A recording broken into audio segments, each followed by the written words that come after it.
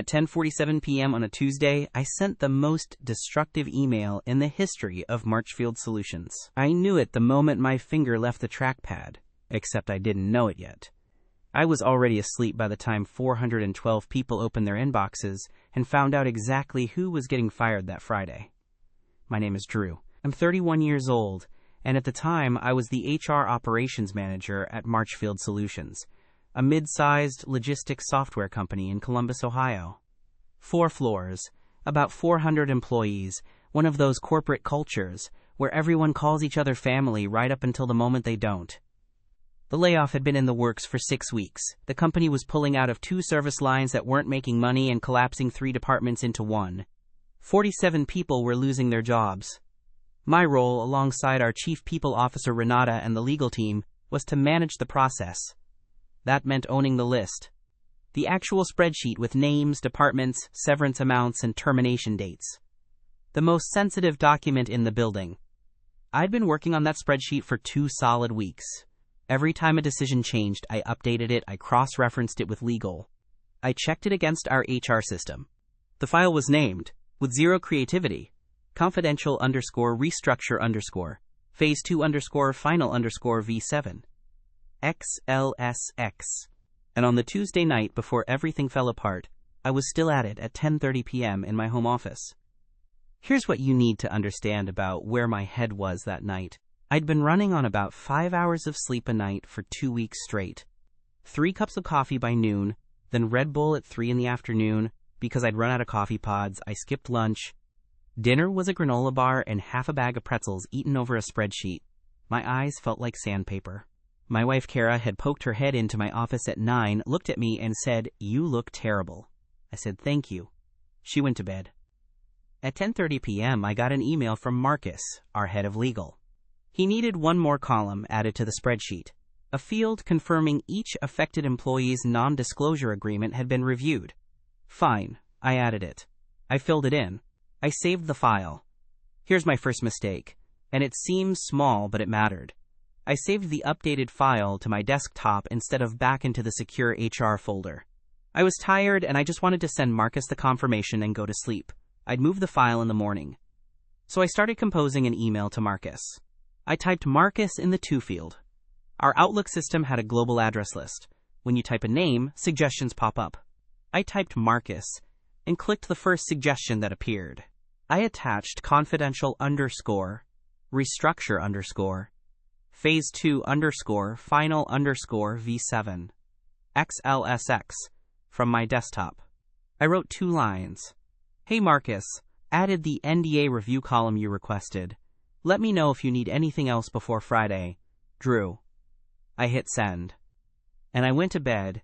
I slept 8 hours, the best sleep I'd had in 2 weeks.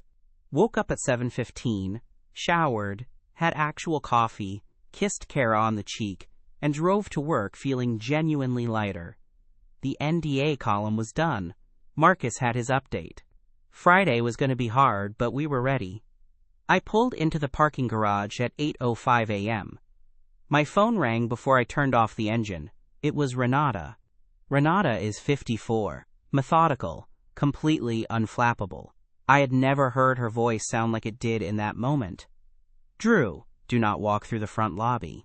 Go in through the garage elevator. Come directly to my office. Now." She hung up. My stomach dropped to the floor of that parking garage. I didn't know what had happened yet.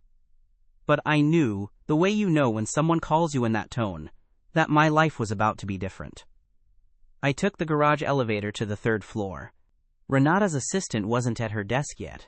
It was early, but Renata's office door was open, and she was standing at her window with her arms crossed, staring down at the street. Marcus from legal was sitting across from her desk with his laptop open. He looked like he hadn't slept. Renata turned when I walked in. She said, "Tell me you did not send the restructure spreadsheet to the all-staff list last night." That was the moment. I went cold all over, my mouth went dry. I pulled out my phone, opened Outlook, found my sent email from 10:47 p.m. the night before. 2. Marchfield_allstaff@marchfield.com. The company-wide distribution list. Every employee. All 412 of them. I stared at it for 3 full seconds. 3 very long, very terrible seconds. "Oh God," I said. That was all I had. Here's what happened. The first suggestion when you type Marcus in our Outlook system was not Marcus Fielding. It was marchfield_allstaff@marchfield.com, the all-staff distribution list. Why? Because our IT department had named it starting with Marchfield, and the system sorts suggestions alphabetically. So Marchfield_allstaff sits above Marcus every single time. I'd used that distribution list maybe twice in 2 years for company-wide HR updates. But there it was, sitting right at the top of the autocomplete, and my brain, running on fumes and Red Bull, saw Mark and clicked. Renata told me the replies started coming in around midnight, people who checked their phones before bed. By 5 a.m., she had 47 new messages. By 7 a.m., over 100. Marcus turned his laptop around. He pulled up a sampling of the replies. And here's the thing about sending a confidential spreadsheet to a company-wide distribution list at 10:47 p.m. People reply to it. And because everyone got the same email, anyone who hit reply all sent their message to all 412 people. Overnight, while I was sleeping the best sleep of my month, Marchfield Solutions had descended into complete chaos. Marcus started reading some of them out loud. First one, from someone in accounting at 11:23 p.m. Is this real? Am I reading this correctly? Someone want to tell me why I just got a spreadsheet with my name highlighted in yellow? Yellow was the color I'd used to mark employees being let go. Next one, from Phil in the data center at 12:04 a.m. Confirmed, my name is on there. Merry Christmas, everyone. It's not even November. Phil knew before the company had a chance to tell him, before HR could schedule his termination meeting, before legal had done their final review of his severance package. Phil found out at midnight, in his pajamas, because I clicked the wrong address. Then Marcus read one that made my face actually hurt. It was from our CEO, Richard Holt, sent at 6:48 a.m. reply all, to all 412 employees. It said, "This is unbelievable. Who sent this? Does HR know they sent this? Is this a mistake? Someone call someone." I sat down in the chair next to Marcus. I had nothing. Renata sat down too. She put her hands flat on her desk. Here's where we are.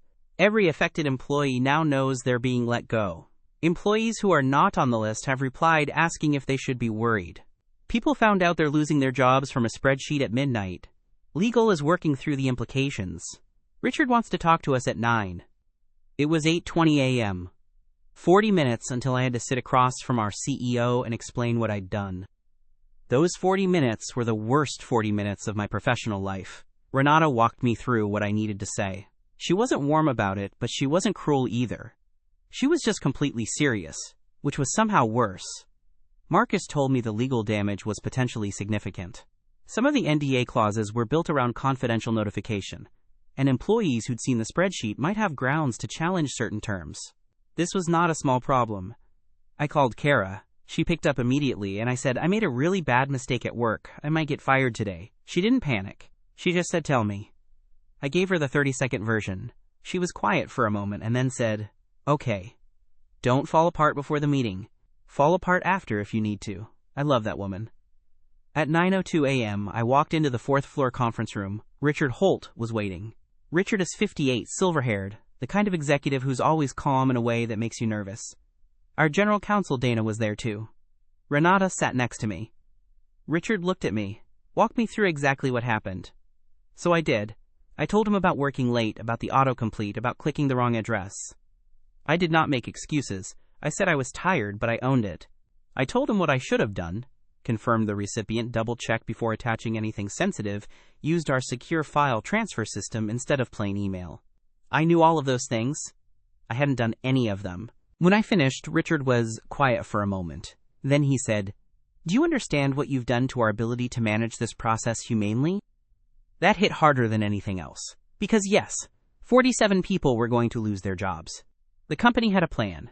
Tell them individually, with dignity, with their managers present, with HR support, severance packages explained in full. Instead, 23 of them had found out at midnight from a spreadsheet. Some had called family members. Some had barely slept. Some were in that building right now, at their desks, knowing, pretending they didn't know, just waiting for someone to come make it official. I said, "Yes, I understand." Dana laid out the legal exposure. The short version. Several affected employees had replied to the all-staff email asking for clarification, which created a documentation trail that complicated some of the NDA conversations. Dana estimated it would mean renegotiating at least a portion of those agreements. Richard looked at me for a long time. Then he looked at Renata. Then he said he needed 15 minutes alone with Dana. Renata and I went and sat in the hallway outside the conference room like two kids waiting outside the principal's office. She didn't say anything. I stared at the floor. I was pretty sure I was about to be fired. I ran through the whole thing mentally. What I'd do next, how long our savings would last, whether I could get a reference, what I'd tell Kara. My whole body felt like it was vibrating at a low frequency. 15 minutes passed. Dana opened the door. We went back in. Richard said, "We're not terminating you, but here's what's going to happen." I exhaled. I don't think I'd fully exhaled in an hour. Here's what he laid out. I was going to spend the rest of that day personally calling every affected employee who had seen the spreadsheet before our formal notification process. Not emailing. Calling. I was going to apologize directly for the breach, confirm the information, and answer their questions as fully as I could, in coordination with their managers and with legal review, but I was making the calls because I was the one who created the situation.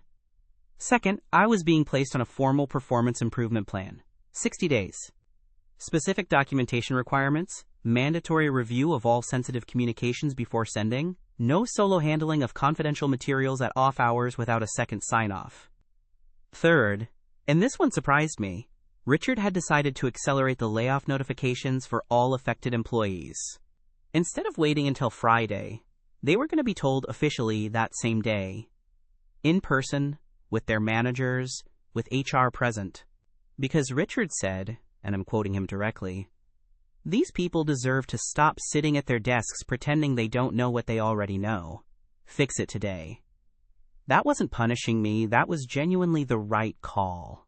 And I hadn't even thought of it, because I'd spent the whole morning thinking about my own situation instead of theirs. I made 23 phone calls that day. Some of the people were angry. A project manager named Kevin told me in very specific terms what he thought of my competence. He wasn't wrong, I took it. A woman named Sophia cried, "Not at me, just cried." And I stayed on the line and let her talk, and answered every question she had about her severance, her benefits continuation, what her last day would look like. Most of them were just exhausted. They'd been up half the night. Some of them said they'd almost rather have found out this way. Just a document, matter of fact, here is the information, than in a formal meeting where they'd have to hold it together in front of a manager. A few of them said that directly. I don't know if they meant it or if they were being kind to me. Either way, it got me through the calls. Around 2 in the afternoon, I took a break, walked to the bathroom, and sat in a stall for 5 minutes.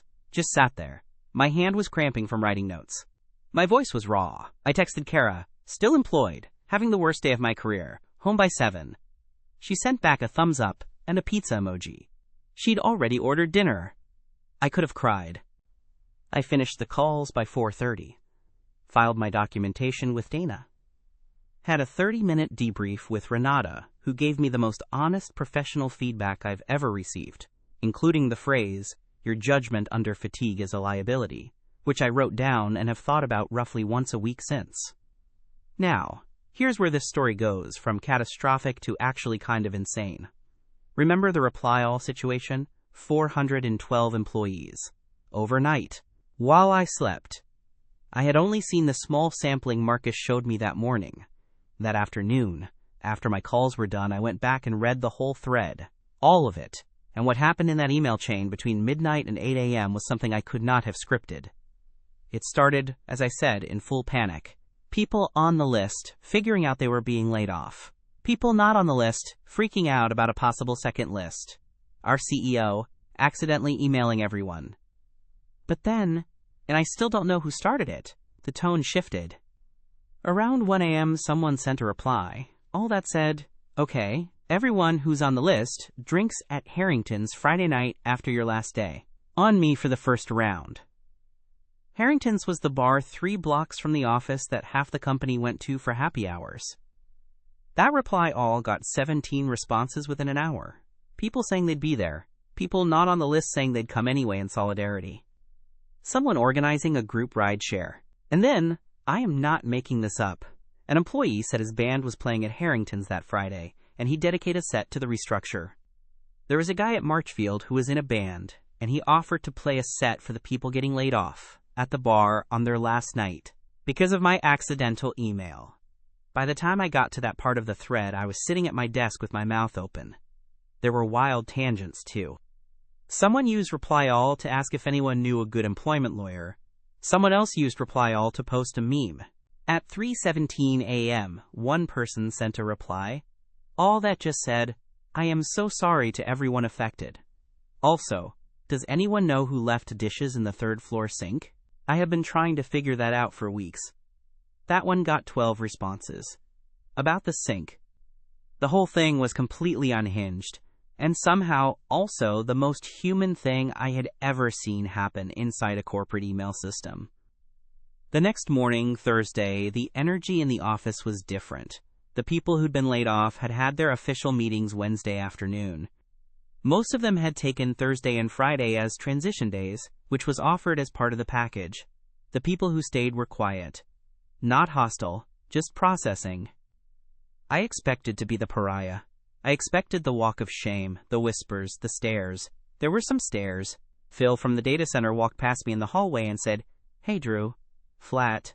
I said, "Phil, I'm really sorry." He nodded and kept walking. That was fair. But something else happened, too. A handful of employees who weren't on the list came up to me separately over the next 2 days. Not to yell, just to say something. One woman from the product team said, "For what it's worth, finding out from an email at midnight is probably better than being called into a conference room and handed a box." A guy from engineering said, "I've worked at 5 companies. This is the most honest a company has ever been with me about a layoff, even if it was an accident." I didn't know what to do with any of that. I still don't, entirely. The Friday happy hour at Harrington's happened. I know because people posted about it. The band played. Someone took a video of about 60 people, laid-off employees, current employees, a few managers, crammed into that bar on a Friday night. I didn't go. I thought about it. I decided it wasn't my space. Those were people who'd had a brutal week, and they didn't need to spend the night figuring out how to act around the HR guy who'd accidentally blown up their confidential notification process. But I heard about it Monday morning. Multiple people told me it was a genuinely good night. Kevin, the project manager who'd lit into me on the phone, apparently gave a toast. I'm told the exact quote was, "To Marchfield, to better things, and to whoever accidentally sent that email." Honestly, man, at least we all found out at the same time. I laughed when I heard that. Actual laughter. First time since Tuesday night. The performance improvement plan ran 60 days. I passed it. Every metric, every documentation requirement, every check-in. Renata signed off on the completion paperwork and told me, in that exact neutral tone she uses for everything, "You responded to this well. Don't make me do it again." Coming from Renata, that was basically a standing ovation. Richard and I didn't talk much during those 60 days, but the day the plan closed, he stopped by my office doorway and said, "You made a bad mistake, and you handled the aftermath professionally. Both of those things are true, and both of them matter." Then he left. That was it. But it was enough. About 8 months later, I ran into Phil at a coffee place near the office. He'd landed a new job at a tech infrastructure firm downtown. He looked good. Relaxed in a way he hadn't been at Marchfield. I asked how the new place was. He said the hours were better. Then he said, I'm not going to lie. Finding out from a spreadsheet at midnight was a horrible way to find out. But I also had 9 months, notice before my last day officially came. I started applying the next morning. I was done at Marchfield 3 weeks after the layoff. I told him I was glad he'd landed somewhere good. He picked up his coffee and said, "Don't worry about it." Not, "It's fine," or "No hard feelings." Just, "Don't worry about it." That was the closest thing to absolution I was going to get, and I'll take it. I got passed over for a promotion about 4 months after the plan ended. I think it was related. It stung, but I understood it. 6 months after that, a director role opened in talent operations, and Renata recommended me for it. I didn't get it. Second time it came up, about a year later I got it. The mistake follows me a little. It always will. I've been in interviews since, keeping my options open, not actively looking, and the question has come up twice. Tell me about a significant professional mistake. Both times I told this story in full. Both times the interviewer leaned forward. Both times I got to the part about calling all 23 employees personally, and I could see something shift in how they were looking at me. One interviewer said, "That took guts." I said it took a performance improvement plan and a CEO who made the right call. She laughed. Here's what I changed about how I work, and I've done every one of these things every single day since. I never type a recipient's name into an email that has an attachment before I've confirmed the full address. I write the email first. I attach the file. I proofread. Then, and only then, I type the to field and verify it character by character before I go anywhere near the send button. Every time. Even low-stakes emails. I train the habit on everything so it's automatic on the ones that matter. I do not work on confidential materials after 9 at night. If something needs to get done, it waits until morning, or I ask someone to work through it with me. Kara actually enforced this one for the first month. She'd knock on my office door at 9 and say, "Close the laptop." And I'd close the laptop. I was annoyed the first few times. Now I'm grateful. I turned off email auto-suggestions entirely. I type every address in full, every time, 4 extra seconds, worth it. And nothing sensitive ever goes to my desktop. Straight into the secure folder, always. The plan required those things, technically. But I would have done them regardless. You don't forget a mistake like this one. Your brain doesn't let you. Now every time I'm about to send a sensitive email, I stop for 1 extra second over the send button and ask myself one question. Is this right? Not, I think this is right, or this is probably right. Is this actually, concretely, definitely, right? That 1 second costs nothing. The time I skipped it cost more than I can fully calculate. So that's the story. How I sent 47 people's layoff information to 412 employees at 10:47 p.m. on a Tuesday. How I accidentally organized the best company happy hour anyone could remember. How I survived a performance improvement plan, made it to director, and earned a toast at a bar I wasn't even at from a guy who had every right to never say my name again. I still think about Sophia, who cried on the phone. I think about Kevin, who yelled at me and then raised a glass in my direction. And I think about the person who emailed the entire company about the dishes in the sink at 3 in the morning.